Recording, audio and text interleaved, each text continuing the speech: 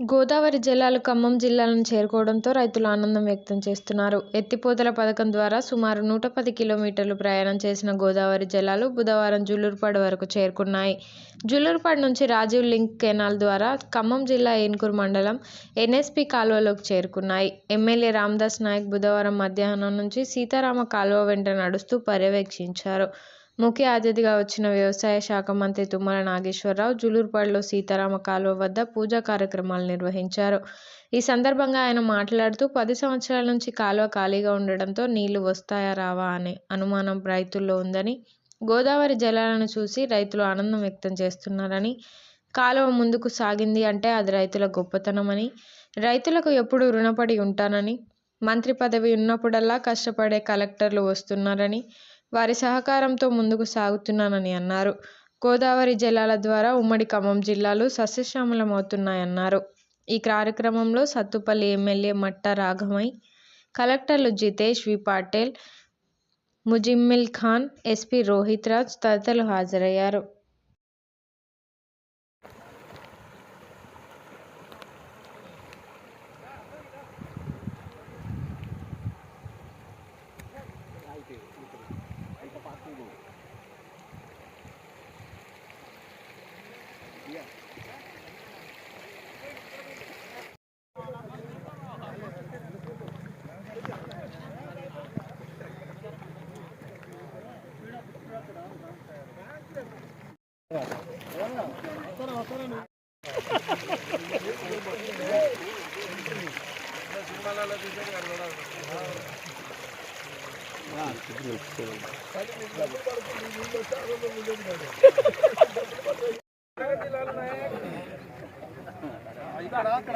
జై కాంగ్రెస్! రామదాస్ నాయక్ గారి నాయకత్వం! రామదాస్ నాయక్ గారి నాయకత్వం!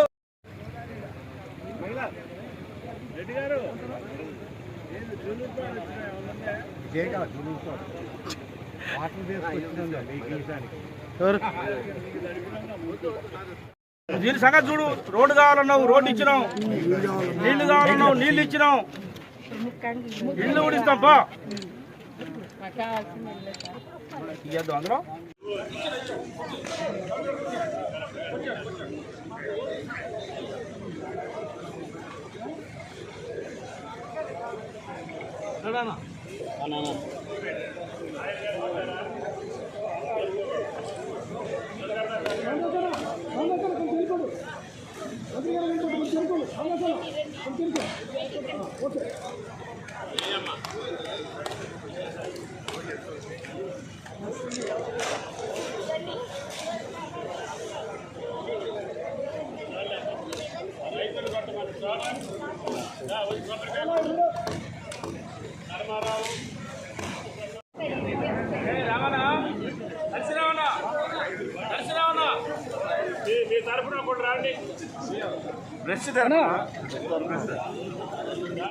చరిత్రలో మా జీవితంలో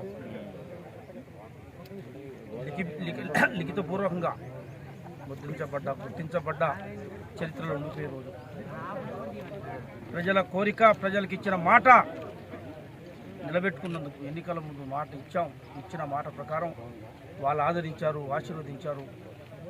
ఇందిరమ్మ రాజ్యం వచ్చింది. రేవంత్ రెడ్డి గారు ముఖ్యమంత్రిగా, డిప్యూటీ సీఎం బట్టి విక్రమార్క గారు, తుమ్మల నాగేశ్వరరావు గారు, శ్రీనివాస్ రెడ్డి గారు, ఈ జిల్లాలో రఘురామరెడ్డి గారు, వీరందరూ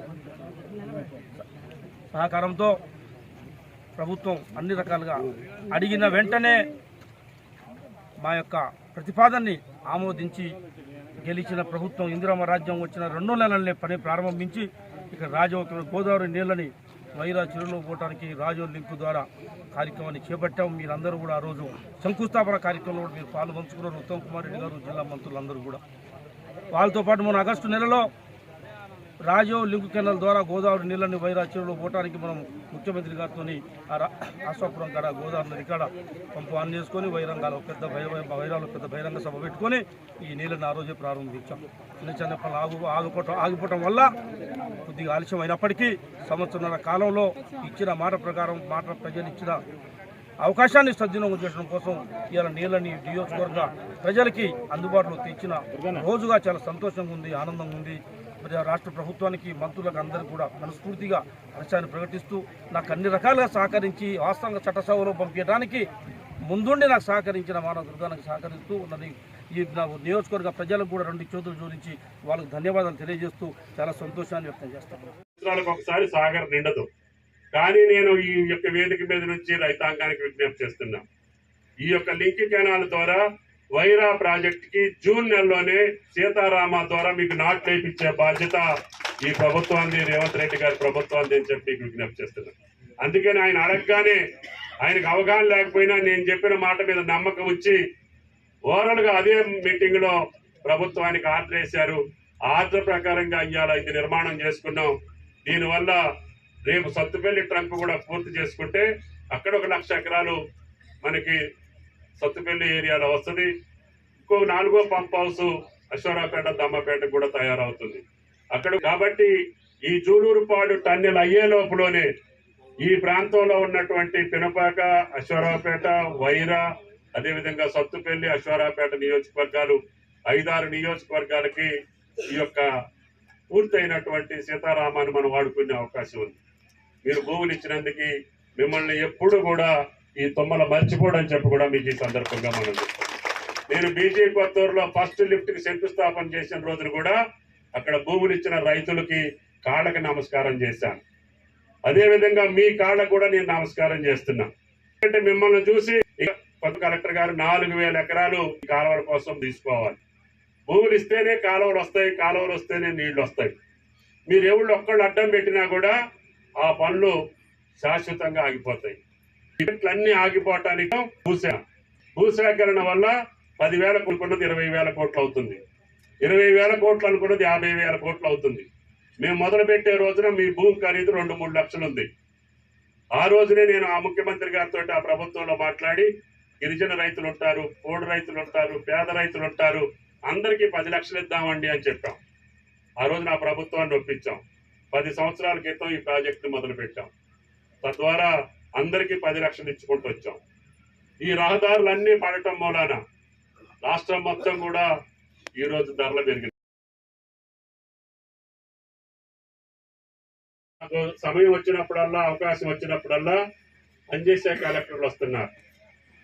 దానివల్ల ఈ జిల్లాలో జరిగిన ప్రతి కార్యక్రమంలో కూడా నా పాత్ర ఉండే అవకాశం వచ్చింది. అది దుమ్మగూడెం మండలంలో చేసినటువంటి ఆక్విడిక్ట్ తాలిపేరు మీద, అది ఆసియాలోకి వెళ్ళే పొడవైనటువంటి ఆక్విడిక్ట్. ఆ ప్రాజెక్టు కట్టి ఆగిపోతే 25,000 ఎకరాలకి ఆ రోజుల్లోనే ఆక్విడిక్ట్ నిర్మాణం చేసి నీళ్లు ఇచ్చాం.